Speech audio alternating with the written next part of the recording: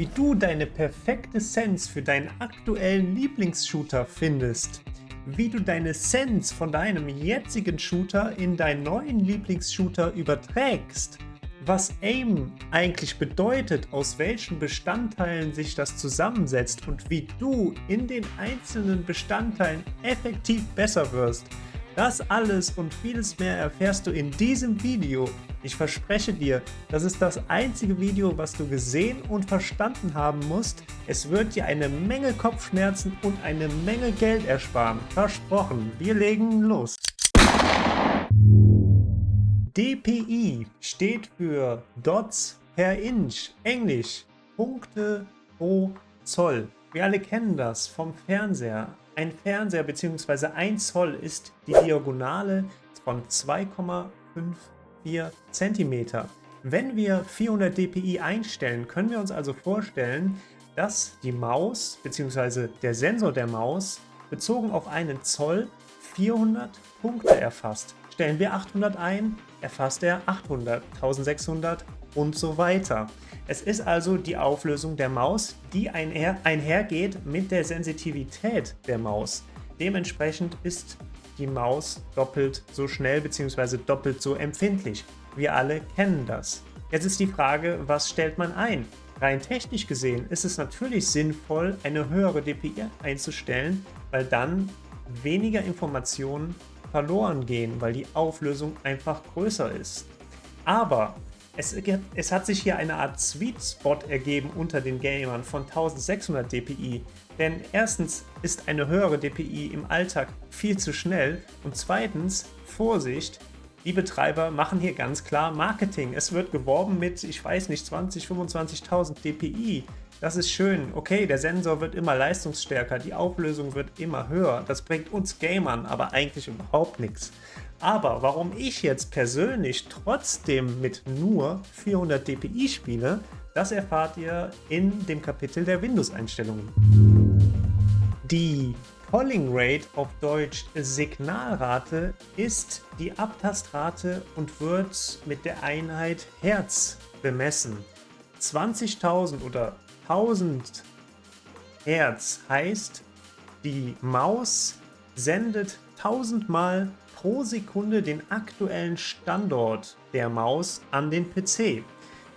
Zum Verständnis, nehmen wir jetzt mal an, die Maus würde nur alle 2 Sekunden den aktuellen Standort an den PC senden. Dann würde ich beispielsweise bei Sekunde 0 die Maus den Cursor nach rechts bewegen und nach Sekunde 1 nach vorne. Was würde die Maus oder der Cursor auf dem PC dann machen? Er würde sich noch weiter nach rechts bewegen, bis die 2. Sekunde angebrochen ist. Dann kommt die Informationssendung, dass ich eigentlich nach vorne gehe. Also hätten wir eine sehr hohe Latenz. Das wollen wir natürlich nicht. Somit macht es technisch gesehen auch hier wieder Sinn, eine hohe Polling Rate zu spielen. Aber 500 bis 1000, sagen wir 1000, die meisten modernen Sensoren können viel mehr, machen Sinn und sind auch völlig ausreichend. Ich würde sogar nicht höher gehen, weil viele Spiele Probleme haben mit einer höheren Polling Rate. Also spielt 500 oder 1000, damit spiele ich seit Jahren. Und Vorsicht, wieder ist Marketing im Spiel. Lasst euch davon nicht beeinflussen. Nur weil eine neue Maus rauskommt irgendwann mit 40.000er Polling Rate, heißt es nicht, dass man die deswegen kaufen soll. Wenn man sich mit dem Thema beschäftigt, kommt auch schnell der Begriff eDPI auf. Was ist die eDPI?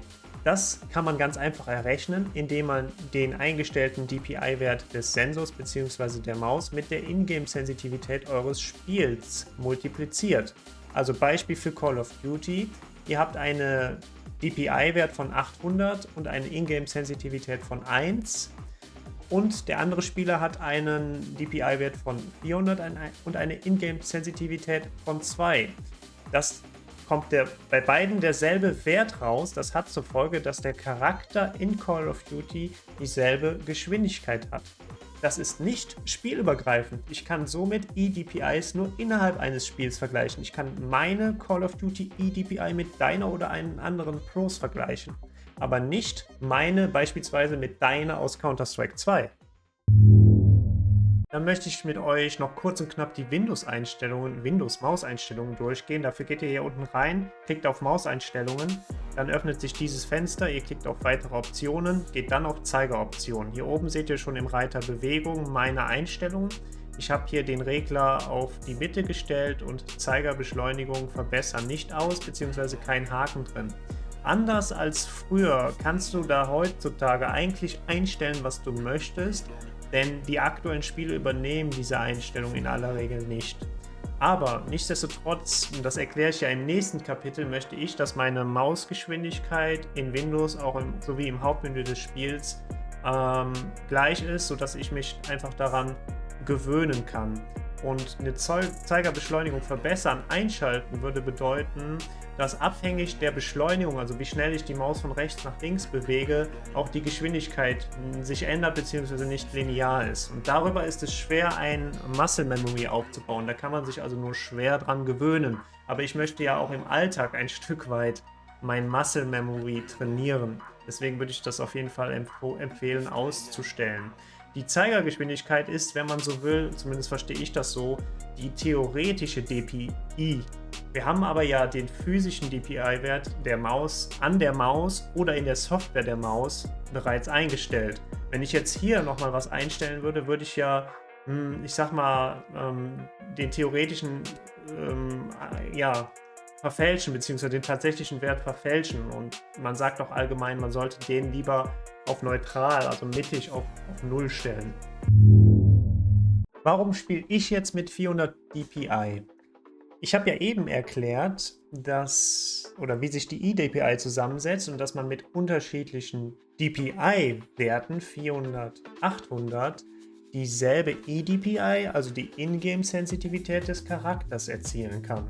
Ich möchte jetzt aber, dass meine Maus-Sensitivität im Windows und auch im Hauptmenü des Spiels und auch und vor allem, wenn ich beispielsweise einen Rucksack öffne, im Spiel, in der Action, haben wir ja auch den Cursor, also in dem Moment gilt auch nicht die eDPI, sondern der DPI-Wert, dass das der eDPI, also der Charaktergeschwindigkeit, Mausgeschwindigkeit, am nächsten kommt. Und mit 400 dpi war es immer so bei mir, dass die Cursorgeschwindigkeit in Windows oder im Hauptmenü des Spiels ähnlich der tatsächlichen Maussensitivität in der Action ist. Und das ist der Grund, warum ich auf 400 dpi geblieben bin. Jetzt könnte man natürlich zu Recht behaupten, ja gut, stell doch einfach 1600 dpi ein und ändere dann den theoretischen DPI-Wert in der Windows-Einstellung. Aber dann pfusche ich ja mit der theoretischen Einstellung meine, ich sag mal, physikalische Einstellungen, pfusch ich da rum. Bevor wir vertieft darauf eingehen, wie du deine perfekte Sense für dich findest, stell bitte eine Sache zuerst sicher. Und zwar, dass du genügend Platz auf deinem Schreibtisch hast. Dass du einen großen Schreibtisch hast. Wenn du nämlich einen kleinen hast, wenn du nämlich einen kleinen Schreibtisch hast, dann wird das schwierig und du kannst dich nie auf, ich sag mal, die neue Situation, die da jetzt vielleicht auf dich zukommt, einlassen. Neben einem großen Schreibtisch brauchst du natürlich auch ein großes Mauspad, auch ganz wichtig und wird unterschätzt. Und ich möchte noch einen weiteren Irrtum aus der Welt schaffen. Viele behaupten, es gibt die sogenannten Handgelenk-Aimer und Arm-Aimer. Das stimmt nicht. Es ist immer eine Kombination aus beidem.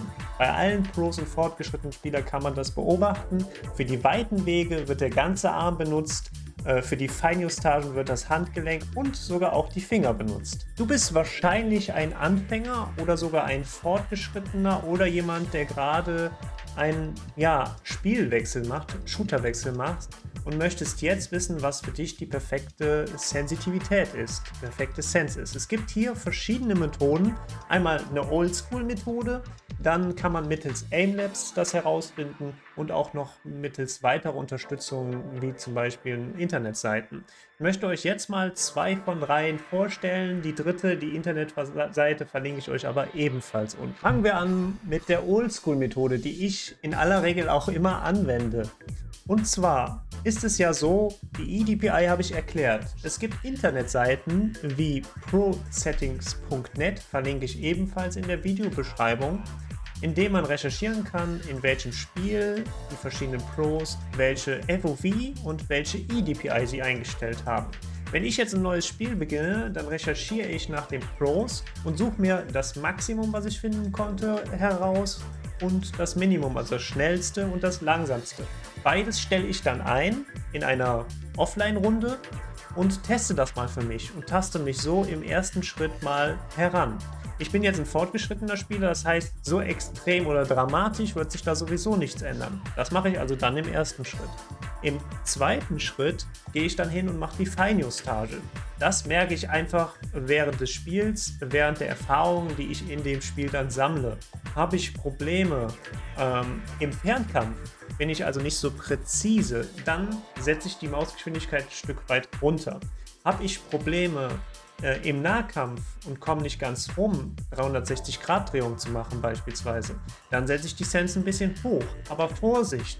Es sei hier nochmal auf das Vorwort verwiesen, großes Mauspad und großer Schreibtisch, weil die meisten haben das nicht und das ist der Grund, warum sie dann in einer höheren Sense landen, was aber eigentlich der falsche Weg ist.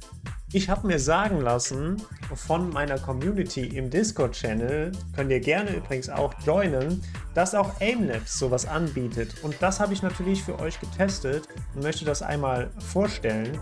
Und zwar könnt ihr hier oben auf Benutzer definiert gehen. Es ist übrigens alles kostenlos in Aimlabs und ihr müsst euch noch nicht mal anmelden, könnt euch auch offline anmelden. Dann könnt ihr hier auf Empfindlichkeit klicken und hier auf Basisszene. Gibt es auch einen fortgeschrittenen, den man kaufen kann. Empfehle ich nicht. Aus meiner Meinung muss man das nicht machen. Dann gibt es hier diesen Click Optimizer. Dann klickt man drauf, lässt sich hier ein bisschen was erklären, geht auf Weiter, Weiter und Fertig. Am Ende kriegt man dann einen Wert, den man übernehmen kann oder nicht. Stellt jetzt hier noch seinen aktuellen DPI ein, beziehungsweise das, was man dann auch jetzt endlich im Spiel benutzt und klickt auf Fortfahren. Und dann macht man hier verschiedene Übungen und das Spiel geht also hin und ändert die Mausgeschwindigkeit. Jetzt ist sie bei mir gerade ziemlich schnell. Macht immer 3 verschiedene Übungen mit unterschiedlichen Mausgeschwindigkeiten. Und wir sehen jetzt, es ist jetzt vorbei, ich kann den Countdown überspringen und dort stand dann auch, wie weit das Ganze abgeschlossen ist. Und am Ende kommt dann ein Wert raus, den das Spiel euch empfiehlt. Für, ich sag mal, Spieler wie mich ist es ja im Optimum eine Bestätigung. Bei mir war es tatsächlich auch so, dass der Wert, der da rauskam, ähnlich war, zumindest mal beim zweiten Durchgang, wie der Wert, den ich schon benutze. Und für Leute, die noch gar keine Ahnung haben, wo sie hin sollen, ist es auf jeden Fall auch mal eine gewisse Richtwert, auf den man da benutzen kann. Aber es sei hier nochmal bitte, und das ist wichtig gesagt, recherchiert, was die Pros machen. Weil wenn ihr hier als Ergebnis einen Wert herausbekommt, der überhaupt gar nicht mal annähernd mit dem übereinstimmt, was die Pros so allgemein haben, dann liegt es vielleicht eher daran, dass ihr beispielsweise nicht genügend Platz auf dem Tisch habt. Also achtet bei beiden Methoden auf jeden Fall, ich sag mal, dass ihr in diesem allgemeinen Richtwert liegt, also zwischen 20 und 40 cm pro 360 Grad ist meine Empfehlung und habt noch mal im Hinterkopf, dass die Faustregel ist, man benutzt den ganzen Arm für weite Bewegungen, das Handgelenk für die Feinjustage bzw. auch die Finger für die Feinjustage. Und bitte achtet auch, nochmal gesagt wichtig, auf die Sitzposition. Ihr solltet vernünftig sitzen, sodass zwischen Unterarm und Oberarm beim Sitzen ein 90-Grad-Winkel circa entsteht. Wenn ihr Fragen habt, irgendwas nicht verstanden habt, nicht wisst, wie ihr das in Aimlabs einstellt, wie ihr überhaupt die Grundeinstellungen in Aimlabs vornimmt, was auch immer, ich lade euch herzlich dazu ein, unseren Discord-Channel zu joinen und möchte mich auch nochmal bei meinen Zuschauer- bzw. Discord-Server-Mitgliedern bedanken, denn die haben hier wertvoll zu beigetragen, besonders Sachse. Vielen Dank. Du möchtest jetzt wissen, wie du von deinem bisher gespielten Lieblingsshooter, ich sage jetzt einfach mal Escape from Tarkov, auf deinen neuen Lieblingsshooter Counter-Strike wechseln möchtest, beziehungsweise wie du die Sense überträgst. Das erkläre ich dir jetzt. Es gibt auch hier wieder die Oldschool-Methode oder die neue Methode. Es gibt Internetseiten, die ich unter anderem dann auch mal unten verlinke, wo man das eingeben kann, dann wird das umgerechnet und dann muss man einfach im neuen Spiel die Einstellungen, die in der oder auf der Seite empfohlen werden, übernehmen. Oder es gibt die Oldschool-Methode, die ich früher immer angewendet habe. Ich meine, heute ist es meistens so, ich gehe in das Spiel, stelle Grafik, FOV, alles ein und dann habe ich das eigentlich schon ungefähr im Gefühl, wie ich die Cent einstellen muss. Aber um auf Nummer sicher zu gehen, habe ich es dann wie folgt gemacht. Ich bin dann erstmal in das Spiel, was ich bisher, also sozusagen früher gezockt habe. Also nehmen wir nochmal das Beispiel Escape from Tarkov und bin dann einfach in einen Offline-Modus und habe mir 2 Anschläge besorgt, also sagen wir mal 2 Bücher und habe dann eine 360-Grad-Drehung mit der Maus gemacht und habe dann immer das eine Buch auf die eine Seite gelegt und dann das andere Buch auf der anderen Seite, sodass ich den Abstand zwischen den 2 Büchern entsprach dann genau einer 360-Grad-Drehung in dem einen Spiel, habe die Bücher liegen lassen, habe das neue Spiel gestartet und habe dann die Sense in dem neuen Spiel so lange eingestellt, bis zwischen den beiden Abständen der Bücher ich auch in dem neuen Spiel eine 360-Grad-Drehung gemacht habe. Das Aim setzt sich in erster Linie aus dem passiven und aktiven Aim zusammen, wobei das aktive Aim aus meiner Sicht 40% ausmacht und das passive Aim 60%.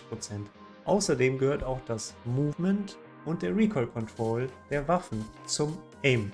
Das aktive Aim ist das, was die meisten unter dem Oberbegriff Aim verstehen, also die Fähigkeit, mit dem Fadenkreuz im Spiel möglichst schnell und möglichst präzise auf den Gegner zu kommen.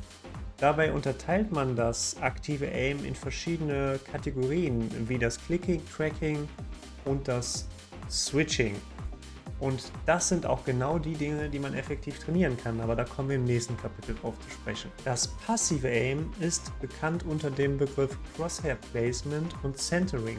Also ein guter Spieler mit gutem passiven Aim hat ein sehr hohes Bewusstsein dafür, wo sein Fadenkreuz ist, beziehungsweise wo er gerade hinschaut.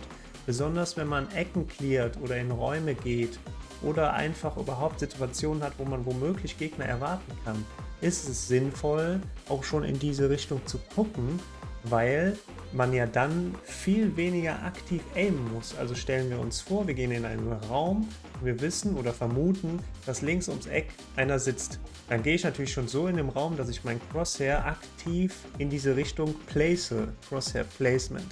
Und wenn es dann auch so ist, dass er da ist, dann muss ich nur noch kleine Justagen vornehmen, also nur ein wenig aktiv aimen, um auf den Gegner zu kommen. Würde ich in die andere Richtung schauen, müsste ich ja viel mehr aktiv aimen und bräuchte eine viel längere Reaktionszeit. Und dann ist da noch das Movement, denn selbst wenn ein Spieler das angenommen perfekte aktive und perfekte passive Aim hat, dann ist er in den Aim-Trainern schon mal sehr weit vorne, aber das Movement in den Spielen ist unterschiedlich. So ist es in Counter-Strike beispielsweise so, dass man beim Schießen stehen bleiben muss. Bei Call of Duty ist das überhaupt nicht der Fall. Im Gegenteil, man sollte sich sogar bewegen beim Schießen. So ist es in Counter-Strike so, dass man stehen bleiben muss und da gibt es beispielsweise das Counter-Strafing. Also wenn man sich nach rechts bewegt und ich würde die Taste der Rechtsbewegung D einfach loslassen, dann würde ich noch ein paar Schritte weiter gehen. Das wäre aber dann doof beim Schießen, weil man dann ungenau ist. So geht man dorthin und macht ein Counter-Strafing, das heißt, ich gehe nach rechts, drücke D, drücke einmal kurz links A und dann stehe ich abrupt und kann auch schießen. Und bei Call of Duty ist das eben nicht der Fall. Außerdem macht man ja auch eine Feinjustage beim Aim, nämlich wieder Beispiel Counter-Strike. Man merkt, man müsste noch ein bisschen weiter nach rechts, das macht man auch schon mal gerne über die Bewegung des Charakters und nicht mit dem aktiven Aim der Maus. Zudem kommt, dass bei jedem Spiel die Charaktere, also wie dein Gegenüber sich bewegt, ja unterschiedlich sind. Ne? Bei dem einen sind sie sehr schnell in Call of Duty, sie beschleunigen sehr schnell, sie können Slide Cancel, sie können springen, während es in CS oder Escape from Tarkov viel statischer ist, langsamer ist und es auch nicht so viele Bewegungsmöglichkeiten gibt wie jetzt in Call of Duty, weil da kann ich ja auch zum Beispiel Hash springen. Und dann ist da noch das Thema Recoil Control. Auch das ist von Spiel zu Spiel unterschiedlich, während es in CS sehr anspruchsvoll ist, ist es in Call of Duty deutlich einfacher, aber es ist nicht nur von Spiel zu Spiel unterschiedlich, sondern auch von Waffe zu Waffe. Und ein guter Aimer im Gesamtpaket beherrscht eben dieses Recoil Control auch sehr gut. Und somit gehört das auch ganz klar aus meiner Sicht zum Aiming dazu und ist etwas, was man auch sehr gut trainieren kann. Während sich manche Dinge eher passiv, also mehr unbewusst trainieren lassen, gibt es aber auch Dinge, die man sehr wohl sehr gut aktiv trainieren kann. So wie der Name schon sagt, ist das auch beim aktiven Aim der Fall. Hier sei aber wichtig, eine Sache zuvor gesagt, und das gilt für alle folgende Trainingstipps. Da gibt es das Thema smarte Zielsetzung. Da hat mich der Sachse aus der Community, aus meinem Discord darauf hingewiesen. Übrigens, gerne kommt alle in unseren Discord, wir helfen euch bei jeglicher Frage weiter. Smarte Zielsetzung bedeutet, ihr solltet euch in Kurzform ein spezifisches Ziel setzen. Dafür müsst ihr eure Schwächen erst einmal identifizieren. Dann solltet ihr euch Ziele setzen, die ihr auch irgendwo messen könnt, dass ihr die Erfolge messen könnt. Und es sollte natürlich auch ein attraktives Ziel sein, dafür steht das A, und vor allem realistisch, also dass es für dich erreichbar ist. Also es muss ein auf dich angepasstes Ziel sein und es sollte auch terminiert sein.